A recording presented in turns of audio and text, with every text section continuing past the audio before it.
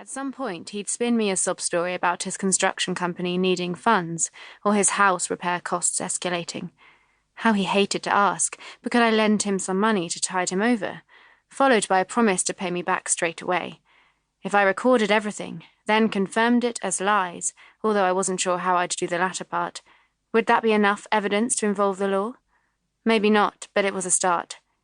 Ellie might refuse to go to the police, as had most of the women on Love Rats exposed, but I, Lyddie Hunter, was a different animal. I reminded myself I'd need proof of where he lived, if the cops were to pay him a visit. That might prove more of a challenge, given his penchant for lying about his address. Maybe I'd follow him after one of our dates. I could work out the details later. In the meantime, I needed a new place to live. My house in Kingswood didn't portray the image of wealth I required to trap a conman. Moreover, after living on my own in Spain for 2 years, sharing with Amelia was proving claustrophobic. I'd already mentioned to both Liam and Scott that I lived at the harbour side. Time to give shape to that illusion. I switched on my laptop and typed short-term serviced apartments in Bristol into Google. I was searching for an apartment block at the harbour side, one that didn't have any signage indicating it housed serviced accommodation, rather than regular flats. No reception area staffed by management, that kind of thing, just a normal entrance lobby. I struck lucky. I found a company that owned 6 properties in a block close to Millennium Square. I scanned through the photos. The flats looked impressive, justifying their steep rates, and I relished the chance to spend some time alone, as well as fool Liam Tate. Within 20 minutes, I'd booked and paid for my first fortnight, and received key codes to the block and apartment. My intention was to extend my tenancy week by week as required.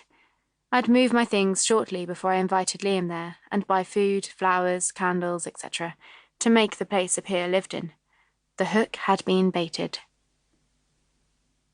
Excitement buzzed through me on Sunday afternoon while I waited outside Bristol's main museum, which also housed a small art gallery.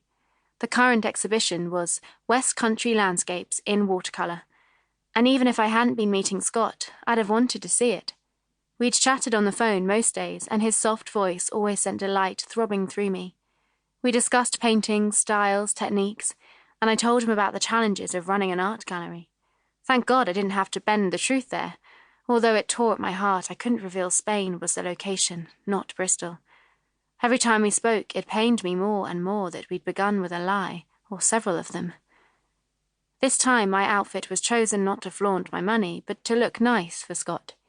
I'd opted for a dress in a soft shade of blue, halter-necked and flowing to my knees, matched with strappy sandals, perfect for a hot summer's day.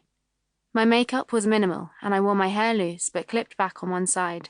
A long look in the mirror before I left home reassured me I'd done well, even if I thought so myself. "Wow, you scrub up great," Amelia told me as I descended the stairs. I laughed. "Angling for a reduction on your rent?" I remembered the serviced apartment at the harbour side, prompting another lie. "By the way, I'll be out of your way soon. I'm going to stay with Mum for a while." She believed me. Why wouldn't she? Guilt stabbed me, but I told myself it was a white lie, nothing serious.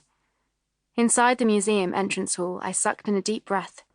Was it the heat making my palms sweat, or was I nervous? I glanced at the time on my phone. 1 minute to 2 o'clock. At the exact second the numbers changed to 1400, the doors opened and Scott Champion walked through them. A huge grin lit up his face when he saw me. "Hello, Linny," he said, and damn me if that voice didn't send tingles shooting up my spine, despite the weirdness of being called Linny instead of Lyddie. His eyes roamed over my dress, my hair, my face. "You look lovely." Heat rose into my cheeks.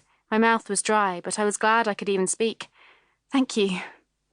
It's the truth. The words were accompanied by a shy smile, and I was a goner. I sucked in another deep breath and managed to find my voice. "The exhibition's this way." We walked in silence towards the swing doors. Once inside, I stared around the room in awe. Paintings covered the walls, a mass of colour depicting the local countryside. Art and a gorgeous man. Could the afternoon get any better? It took an hour to view every painting, an animated discussion running between us all the while, based on composition and technique. "I must try landscape some day," Scott declared after we exited the hall. "I need a change of direction, something other than cranking out pictures of fruit. or weird abstracts. I laughed. I'd love to see your work.